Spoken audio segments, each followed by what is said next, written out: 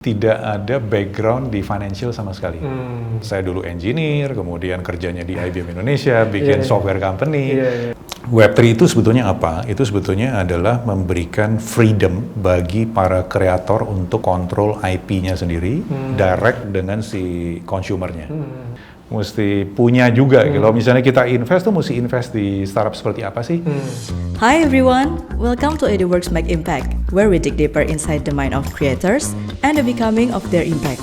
With the host, Arianto Bigman, Managing Director of IdeaWorks.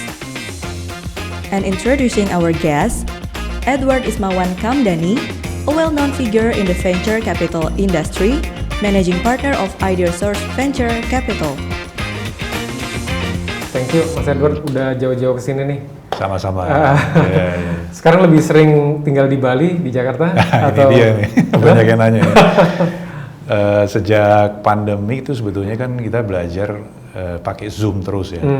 Bukan hanya kita yang belajar, tapi juga lawan meetingnya kan memang mereka juga makin terbiasa pakai Zoom dan sebagainya. Jadi awal pandemik lah istilahnya. Nah ternyata sebulan itu karena masa pandemik, benar-benar waktu itu lagi lockdown ya. Ternyata bisa gitu. Nah itu terinspirasi waktu itu. Jadi begitu pulang ya kerjaan semuanya akhirnya 2 tahun itu hampir nggak pernah ke kantor kan kita kan. Teman-teman kebetulan udah ada yang selama pandemik ini pindah ke Bali. Oh ke Bali. Jadi di sana dia bilang wah ini bagus nih di sini nih ada tempat yang ternyata banyak teman-teman gitu. Kebetulan kan sama-sama SMA PL lah. PL Mas Ari kan juga PL ya. Nah di situ akhirnya satu angkatan lagi ya ditawarin dan ternyata memang beda ya waktunya jadi cepet ya kalau kita di Bali sih iya. Berasanya itu waktu cepet dan apa namanya balancing between apa namanya life and work itu jadi lebih enak gitu istilahnya. Dan ternyata meeting juga lebih efektif. Kalau di sana mah offline ya, ayo mau ke enak. Seru. Nah ini apa? Kalau ngelihat itu ya istilahnya work and life balance-nya udah enak lah ya di Bali gitu ya, dibanding mungkin di Jakarta atau apa. Kesibukannya apa aja nih? Maksudnya Mas Edward di IdeaSource di teman-teman udah pada tahu juga bahwa IdeaSource Venture Capital kan saya sama si Mas Andi kan sudah sejak 2011. Jadi dari fund 1 kemudian fund berikutnya sudah evolve dan masing-masing dari Mas Andi sama saya sendiri kita ada inisiatif yang mungkin lebih dekat ke passionnya kita masing-masing. Jadi Mas Andi lebih ke entertainment, saya sendiri lebih ke yang mencoba mencari yang lebih ada impact-nya. Jadi misalnya kayak Gayo Capital fokusnya lebih di agriculture, kemudian di waste management, di recycling dan sebagainya.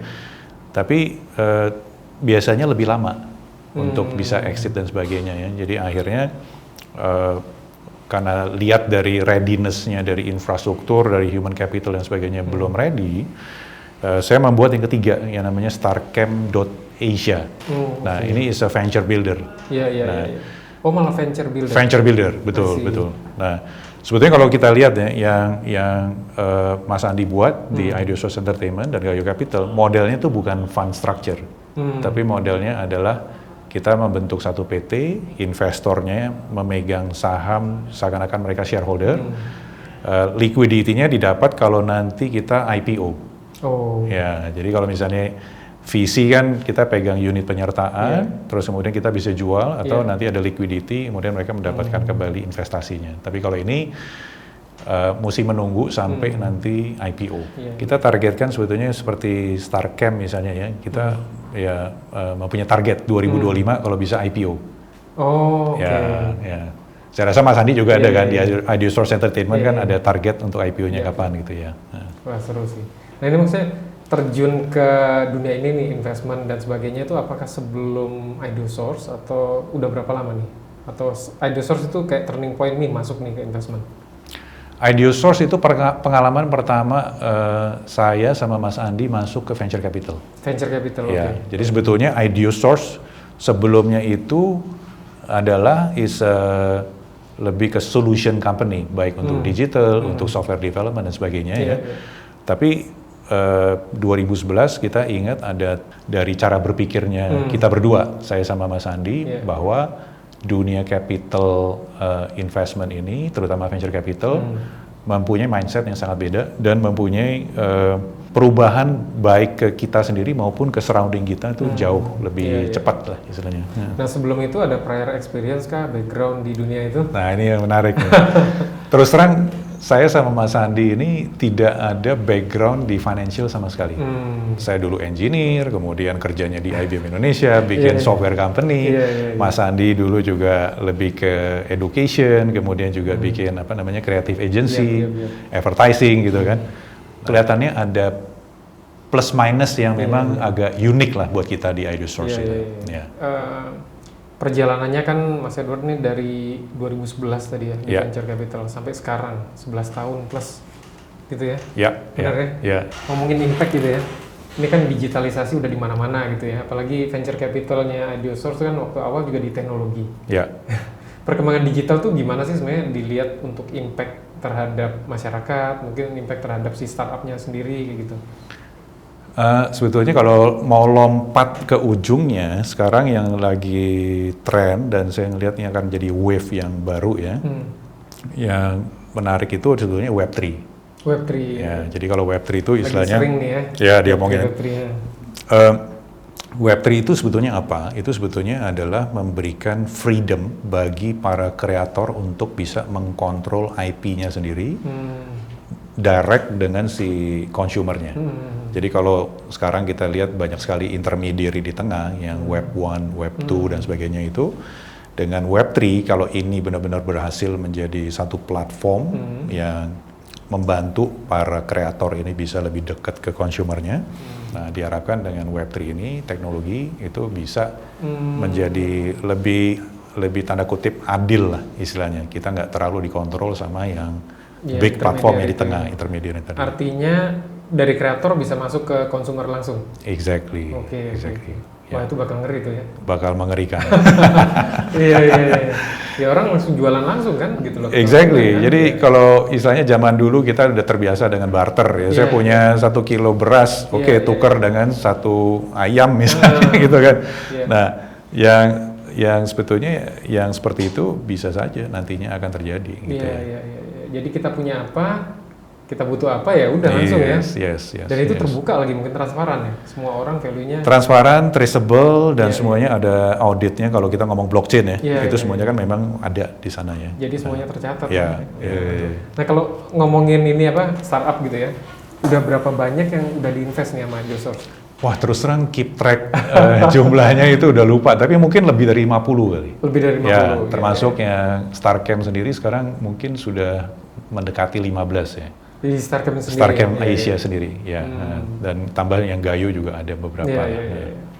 Kalau misalnya kita ngelihat startup jenis apa sih, atau karakter startup dan startup foundernya seperti apa yang layak diinvest nih? Wah ini pertanyaan yang mungkin perlu setengah harian gitu.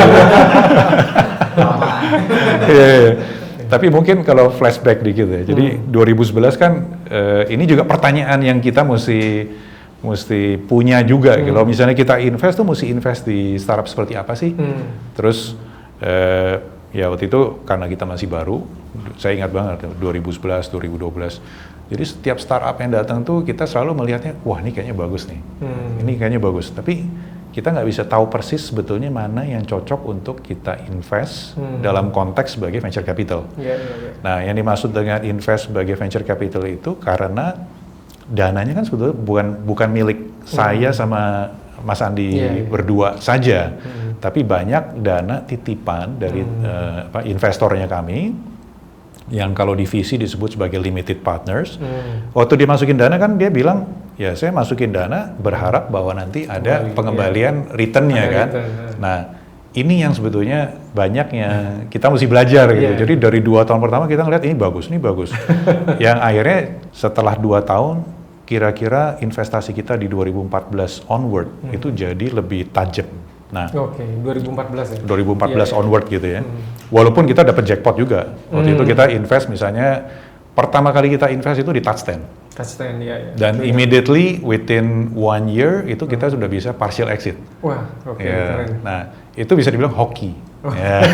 Jadi Karena ada unsur hoki nih. ada unsur hoki juga gitu ya. Nah, tapi ada juga abis start stand kemudian kita invest di beberapa, kita bikin inkubator juga, tidak berhasil, nggak berhasil juga gitu. Tapi akhirnya dengan kita ketemu banyak startup, kemudian belajar dari market dan sebagainya, 2014 onward kita bisa lebih tajam menentukan mana yang bagus, mana yang tidak. Nah, bagus tidaknya tuh akhirnya kuncinya itu sebetulnya setiap startup itu kita mesti melihat adalah trajektori untuk growth. Nah, tapi bottom line-nya, ujung-ujungnya adalah juga ke purpose. Nah, kalau kita lihat startup-startup yang berhasil, itu rata-rata foundernya punya purpose. Jadi yang dimaksud dengan purpose ini adalah dia mengerjakan dan tahu bahwa yang dia kerjakan ini beyond dirinya sendiri. Iya. Nah, itu penting.